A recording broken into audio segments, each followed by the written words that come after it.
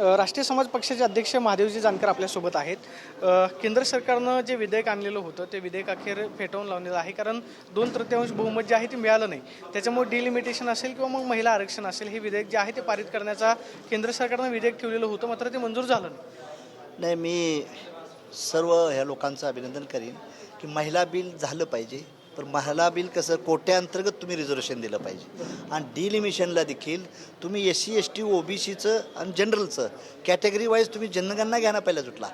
आता ज्याला रोगच झाला आहे कुठला ते डॉक्टरला कळत नाही आणि तुम्ही ऑपरेशन कसं करणार आहे? तुम्ही जातनिहाय जनगणना केली पाहिजे पहिल्या सुटला केंद्र सरकारनं. आम्हाला वाटलं होतं की मोदी साहेब आमचे आहेत, OBCचे आहेत, ते करतील. परंतु मोदी साहेबावर दबाव आहे काय कुणाचा मला माहीत नाही. तर त्यांनी OBC कॉलमच गाठला आहे. म्हणून मी 8 दिवसापूर्वी पत्र पाठवलं मोदी साहेबांना, अमित शहाजींना, किंवा तुम्ही त्यात OBCचा कॉलम टाका. म्हणजे मी ज्यावेळेस ॲनिमल हजबंड्री मिनिस्टर होतो तेव्हा या राज्यामध्ये किती जनावरं आहेत, गायी किती, शेळ्या किती, मेंढ्या किती, म्हैशी किती, कुत्री किती, याचं साराचं हे केलं होतं. तसं माझं म्हणणं आहे की SC STचं तुम्ही घेतलं पण OBCचा कॉलमच ठेवला नाही. जर OBCची लोकसंख्या नाही मिळाली तर आम्हाला त्यांचा हक्क अधिकार कसं मिळणार आहेत? मग हक्क आणि अधिकार दडवण्यासाठी यांनी डिलिमिट्सचं आणि महिला बिल आणलं होतं असा आमचा आरोप आहे. म्हणून ते आज केंद्र सरकारकडून फेटाळलं गेलं. त्याबद्दल राष्ट्रीय समाज पक्ष म्हटलं की OBCनं संपवण्याचं हे बिल होतं. OBCनं तर संपवण्याचंच बिल होतं ना ते. जी OBC या देशामध्ये जवळजवळ 67% ते 80% आहे. तुम्ही केरळमध्ये, तेलंगणामध्ये किंवा बिहारमध्ये जातीनिहाय जनगणना नितीश कुमारने केली, अतिशय चांगलं. रेवंत रेड्डीने केली. तशा टाईपची तुम्ही देशातली रिझर्वेशन हे करा ना. तुम्ही पाणी ते पाणी आणि दूध ते दूध एका बाजूला होऊ द्या.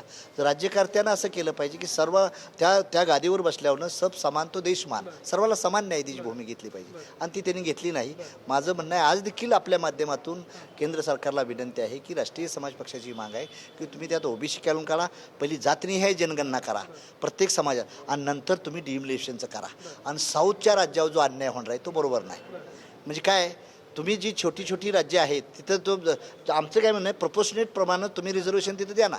जर महाराष्ट्रामध्ये 48 जागा आहेत त्याच्या 80 होत असतील तर स्वागत आहे. पण तीच वेळ कर्नाटक, तेलंगणा, तामिळनाडूमध्ये प्रपोर्शनेट द्या आणि त्यात रिझर्वेशन द्यायचं असेल. महिला आमच्या आगा बहिणींना संधी मिळायला पाहिजे, सर्वांनाच मिळायला पाहिजे. जनरलच्या महिलेला मिळावं, माता भगिनीला, आमच्या SC STच्या मिळावं, OBCच्या मिळावं, मायनॉरिटीच्या मिळावं. पण त्या महिलांना कोटा अंतर्गत रिझर्वेशन द्यावं ही राष्ट्रीय समाज पक्षाची जुनी माग आहे, आजची नाही. आणि आम्हाला वाटलं होतं की मोदी साहेबांनी एक बिल पास केलं, त्या बिलमध्ये OBCला न्याय मिळेल, OBCचा पंतप्रधान झाला आहे. पण ती भ्रमनिराश झाला. म्हणून आज आपल्या माध्यमातून आदरणीय मोदी साहेबांना आमचं नम्र आव्हान आहे की त्यात OBC कॉलम टाका, जातनिहाय जनगणना करा आणि नंतर तुम्ही डिलिमिटेशन करायला आम्ही स्वागत करतो. राज्यातला प्रश्न आहे, बारामतीची पोटनिवडणूक जाहीर झालेली आहे. बारामती पोटनिवडणुकीसाठी आता सुनीता पवार जे आहेत ते महायुतीकडून राष्ट्रवादीचे उमेदवार आहेत. तिथं वेगळे अपक्ष उमेदवार आहेत. काँग्रेसनं तिथला अर्ज जो आहे तो मागे घेतला. बारामती पोटनिवडणुकीच्या संदर्भानं राष्ट्रीय समाज पक्षाची भूमिका काय? तुम्ही सुनीता पवारांना पाठिंबा देताय की तुम्ही देतच ना? नाही, माझं आणि काँग्रेसचं ठरलं होतं की काँग्रेसवाल्यांनी सांगितलं की बारामतीत तुम्ही लढा. मग माझा तिथं नगरसेवक बी आहे. परत माझा संदीप चोपडे आमचा कार्यकर्ता तिथं चांगला स्ट्रॉंग आहे. परंतु मी काय म्हटलं की बाबा बाय इलेक्शन लढण्यापेक्षा तुम्ही लढा, आम्ही तुम्हाला पाठिंबा देतो. म्हणून त्यांनी आकाश मोरेंनाही दिलं होतं. जी काँग्रेसनं भूमिका घेतली होती ती आम्ही त्यांच्याबरोबर होतो. मलाही वहिनींचा फोन 3दा आलता. वहिनींना मी सांगितलं तुम्ही काँग्रेसची मी अलायन्स पार्टनर आहे, मला अलायन्स पार्टनरबद्दलच राहावं लागेल. राहुरी देखील तसंच आहे. तर जिथं काँग्रेसनं त्यांनाच पाठिंबा दिला आहे त्यामुळे माझा पाठिंबा काँग्रेसला आहे. म्हणजे काँग्रेसचा पाठिंबा कोणाला आहे? वहिनीला आहे ना. काँग्रेसनं अजून जाहीर केलेलं नाही. हां, मग माझा आहे काँग्रेसचा रोल आहे तो माझा रोल आहे. म्हणजे हे नम्रपणे सांगतोय. आणि आता तिथं आमचा उमेदवार नाही, त्याला आमचा बी नाही आणि काँग्रेसचा बी नाही.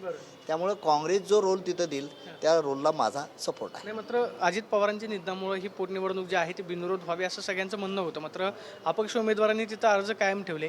आता वहिनी ज्या आहेत त्या मैदानामध्ये आहेत, निवडणूक लढवत आहेत. अजित पवारांना श्रद्धांजली म्हणून वहिनींना सहकार्य करा अशा पद्धतीची भावना जी आहे ती व्यक्त केली. नाही, अजितदादाचं माझंही रिलेशन फार चांगलं होतं अजितदादाबद्दल. परंतु आज माझी भूमिका आहे की काँग्रेसनं जर तिथं निर्णय घेतला आहे, काँग्रेसचा उमेदवार माघारी घेतला आम्ही सर्वांनी, त्यामुळे इनडायरेक्टली त्यांनाच पाठिंबा असणार आहे ना ताईचा, काँग्रेसचा बी किंवा असं काही प्रॉब्लेम नाही असणार ताईचा. आणि ताईनं तिथं काही निवडूनच येणार आहे, काही अडचण नाही विशेष मिळणार. याचं कारण का, आम्ही जिथं उमेदवार आमचा ठरला असता काँग्रेसवाल्याचा किंवा रासपाचा तर म्हणता आलाच, पण आज तिथं आमचा नाही आहे. प्रत्यक्षरित्या वहिनींना पाठिंबाच होतोय. थँक्यू. एक शेवटचा प्रश्न आहे, तुमचा वाढदिवस राज्यभरामध्ये साजरा केला जातोय, 58वा वाढदिवस आहे. या वाढदिवसाला संकल्प काय असणार आहे?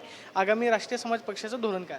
नाही, राष्ट्रीय समाज पक्षाची तालुक्यात गावागावात वाडावाडात ताकद कशी वाढेल या माध्यमातून आणि हा फंड गोळा करतो, त्यातून पक्षाची साधनं कशी उभा करता येतील आपल्याला, या दृष्टीने आमचा हा आहे. महाराष्ट्रामध्ये माझ्या माहितीप्रमाणे युवक आघाडीचे 250 आणि फादर बॉडीचे 500 थैल्या होतील आणि उर्वरित भारतात 100-200 होतील. 700च्या दरम्यान थैल्या मिळतील असा मला भरोसा आहे सर. खूप शुभेच्छा. तर हे होते महादेव जानकर. ते म्हणतात की जे डिलिमिटेशनचं बिल जे आहे ते पारित झालेलं नाही, तो खरं तर विजय आहे अशी प्रतिक्रिया महादेव जानकरांनी दिल्यास पाहायला मिळते. कॅमेरा पर्सन विकी चव्हाणसोबत प्रदीप कापसे, TV9 मराठी, पुणे.